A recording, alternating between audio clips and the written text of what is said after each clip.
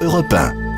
7h43 sur Europe 1, Thomas Soto. Le rappel des titres. L'Église ne doit plus être obsédée par l'avortement, par l'homosexualité. Elle doit être plus accueillante, plus tolérante. Propos signés du pape François dans une interview accordée à une revue jésuite.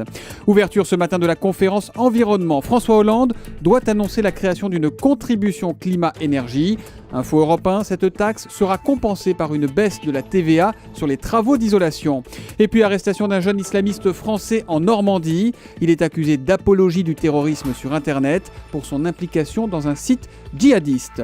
La météo de ce vendredi, c'est une journée de plus en plus ensoleillée sur les régions qui vont de la Manche au nord et à l'Île-de-France, mais un temps gris sur une large bande qui relie le sud-ouest au Massif central et à l'est. Il fera 20 à Paris, 21 à Lyon, 24 à Marseille, maximum de 25 degrés. Europe 1, 7h44, l'interview vérité. Thomas Soto, vous recevez ce matin Michel Pouzol. Il est député socialiste de l'Essonne. Sa vie a basculé en 2002 quand, surendetté, il s'est retrouvé sans abri, à vivre avec femme et enfants dans un cabanon en bord de forêt. Bonjour Michel Pouzol. Bonjour. Pause fiscale ou pas pause fiscale, c'est pas le débat finalement. La réalité, c'est qu'il y a sans doute 2 millions de foyers modestes qui ne payaient pas d'impôt sur le revenu et qui vont le payer cette année.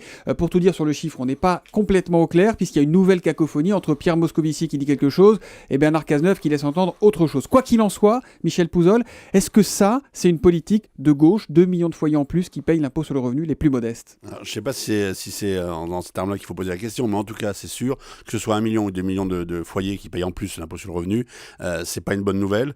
Ça serait une bonne nouvelle si ces familles-là gagnaient beaucoup plus. Donc là, ce qui n'est pas le cas. Ce qui n'est pas le cas. Donc c'est vraiment pas une... Là, c'est une raison de gel de barème. Ils ne gagnent pas un sou de plus, ils vont payer des impôts. Donc ça, c'est une vraie mauvaise nouvelle pour les classes les plus en difficulté et les classes moyennes. D'autant qu'il y a un effet domino, puisque ces gens-là vont payer la redevance télé, la taxe d'habitation, etc. Donc je pense qu'il faut vraiment qu'on revienne sur le gel de ces barèmes. Ça, c'est très important. Et il faut vraiment qu'on s'attaque à ce problème-là. Est-ce que c'est une politique de gauche, monsieur Pouzol ? Est-ce que c'est ce que vous attendez, vous, d'un gouvernement de gauche ? Moi, ce que j'attends du gouvernement de gauche aujourd'hui, c'est qu'on entame une vraie réforme fiscale, qu'on affronte ce problème-là. On sait que l'impôt sur le revenu a un rendement extrêmement faible et on voit bien qu'en l'ouvrant à des classes qui ne le payaient pas, on fait payer des classes les plus en difficulté. Et ça, je pense qu'aujourd'hui, il faut tourner la page de ça et faire une vraie réforme fiscale. Et là, ça serait une vraie politique de gauche. Mais là, on n'est pas du tout parti pour ça. On n'est pas du tout dans une vraie réforme fiscale. On n'a pas remis tout à plat. Pour l'instant, on n'a rien remis à plat. Nous, on a posé la question. On a un certain nombre de députés à avoir posé la question aux ministres concernés qui sont ouverts, qui disent oui, ils ont conscience de ce problème-là. Donc maintenant, on est loin de la réforme. On va essayer d'y arriver, on va se battre pour la mettre sur la table. C'est pas simple, on est dans une situation très compliquée avec le surendettement qui nous a été laissé par la droite, c'est très très compliqué.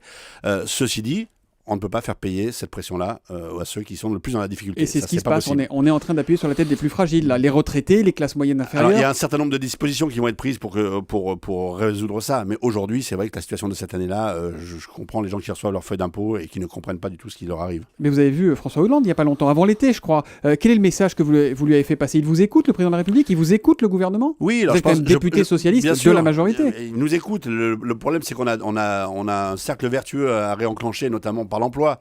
On voit bien que l'emploi, c'est le cœur de toutes les problématiques qu'on a en ce moment. Maintenant, l'emploi ne peut pas se développer si on le fait au détriment du pouvoir d'achat des classes les plus faibles. Et ça, c'est le deuxième pied sur lequel il va falloir qu'on marche. Donc vous êtes extrêmement critique sur la politique qui est menée par le gouvernement en ce moment, M. Pouzol. Je suis exigeant.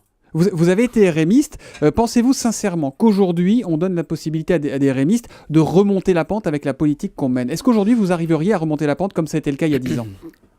Alors déjà, je crois qu'au-delà des politiques que l'on mène pour sortir de la précarité, il faut des gens en face de vous. Il faut des services publics efficaces, il faut des associations intermédiaires, il faut des gens qui prennent les problèmes de la société en main. Et là, il y en a ou il n'y en a pas aujourd'hui ? Il y en a, mais moi je défends notamment les services publics de manière forte pour ça.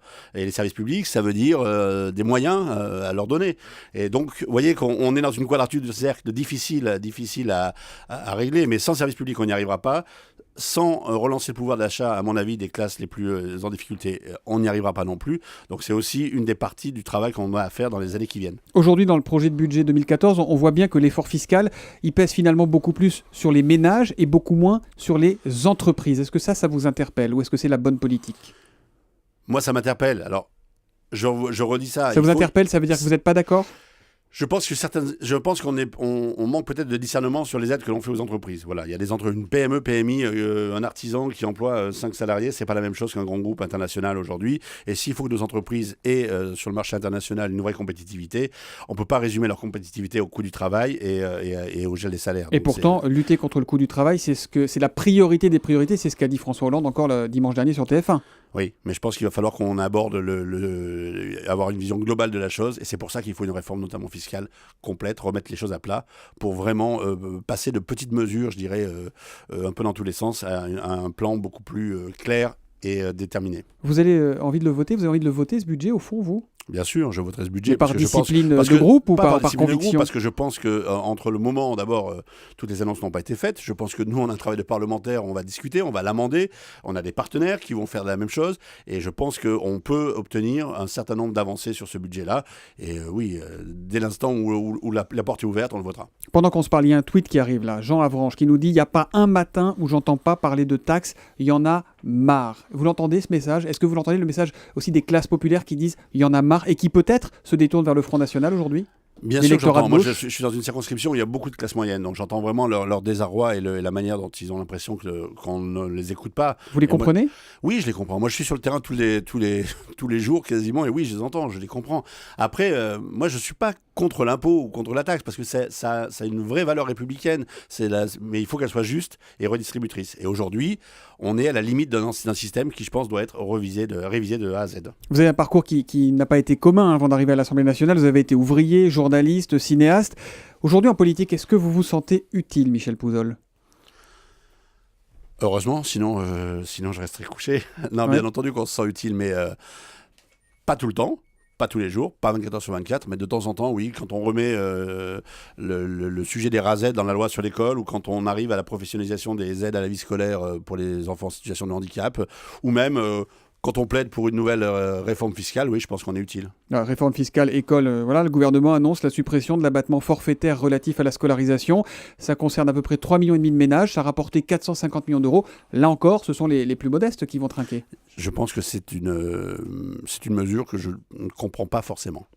Vous comprenez pas cette mesure-là, je ne la comprends pas forcément, non. Moi, j'imagine nos auditeurs, ça fait quand même beaucoup de mesures que vous ne comprenez pas forcément. Est-ce que le gouvernement vous écoute, encore une fois ? Qu'est-ce qui vous a dit ? Vous m'avez pas répondu tout à l'heure, François Hollande, quand vous êtes allé le voir pour lui dire attention, la politique n'est pas la bonne, attention, les classes populaires décrochent. Je ne dis pas que la politique n'est pas la bonne. Je dis que les messages qu'on envoie et la manière dont on les envoie, on pourrait faire un peu mieux. Et puis on a des effets d'annonce qui sont un peu désastreux comme celui-ci. Il y en a quelques-uns comme ça qui sont un peu difficiles à comprendre pour notamment les classes moyennes, ce que vous expliquez tout à l'heure.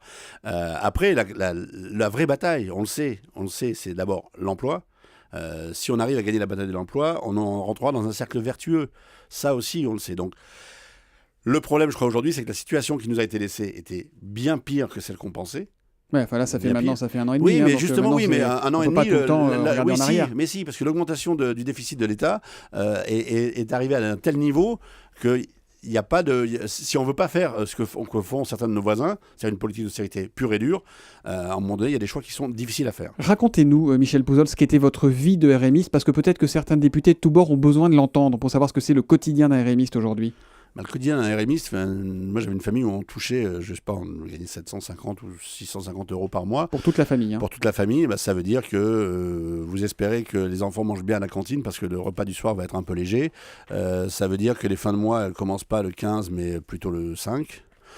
Ça veut dire que vous êtes toujours en course pour chercher l'euro qui vous manque. Ça veut dire que vous n'avez pas de carte bleue, pas de chéquier, pas de crédit, que vous payez donc tout le temps cash. En différé, ouais. Donc non, tout de suite. Ça veut dire justement que vous n'avez plus cette marge de manœuvre qui fait que si vous manque 10 euros, c'est pas grave, on vous fera crédit. Là, non, c'est plus du tout le cas. Donc c'est une situation très difficile. Vous n'arrivez pas à payer le chauffage, on n'arrive pas à payer l'électricité. On fait le choix entre se nourrir et se soigner. Vous n'allez pas chez un dentiste, vous n'allez pas... ou alors il faut vraiment que ça soit une crise douloureuse. Voilà, c'est ça la réalité des gens qui sont dans l'exclusion réelle. Merci beaucoup Michel Pouzol de votre franchise et de votre sincérité ce matin sur Europe 1. Je rappelle que vous êtes député socialiste de l'Essonne. Votre livre, on le présente, Député pour que ça change. Aux éditions du Cherche Midi, son autobiographie donc.